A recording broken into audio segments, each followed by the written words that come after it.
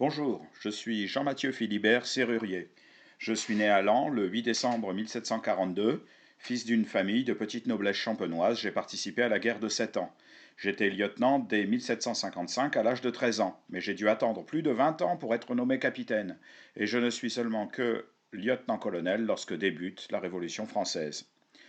Je suis alors nommé général de brigade, puis général de division à l'armée d'Italie sous les ordres de Napoléon Bonaparte. J'ai eu l'honneur de recevoir la reddition de Mantoue en février 1797. Dans son rapport au Directoire, Bonaparte dit de moi: le général Serrurier est extrêmement sévère pour lui-même, il l'est quelquefois pour les autres. Ami rigide de la discipline, de l'ordre et des vertus les plus nécessaires au maintien de la société, il dédaigne l'intrigue et les intrigants, ce qui lui a quelquefois fait des ennemis parmi ses hommes, qui sont toujours prêts à accuser d'incivisme ceux qui veulent que l'on soit soumis aux lois et aux ordres de ses supérieurs. On m'a jugé trop âgé pour participer à la campagne d'Égypte. Le premier consul, puis l'empereur, m'a nommé gouverneur des Invalides en 1803 et maréchal d'Empire honoraire en 1804.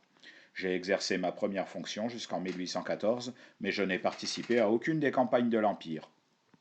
Dans la nuit du 30 au 31 mars 1814, ayant appris la capitulation de Paris, j'ai fait brûler les 1417 drapeaux confiés à ma garde et jeter leurs hampes à la Seine, tout comme l'épée et les décorations de Frédéric II, conservées aux Invalides depuis 1806.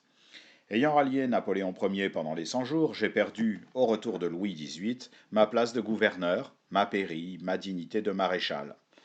Rétabli dans tous mes droits le 1er janvier 1819, j'ai succombé le 21 décembre suivant en mon hôtel parisien de la rue du Faux à une paralysie du cerveau secondaire à la goutte dont je souffrais depuis de nombreuses années.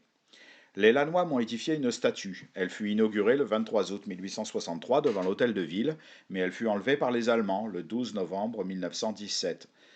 Réédifiée après la guerre, elle fut placée en 1934 sur la promenade de la Couloir.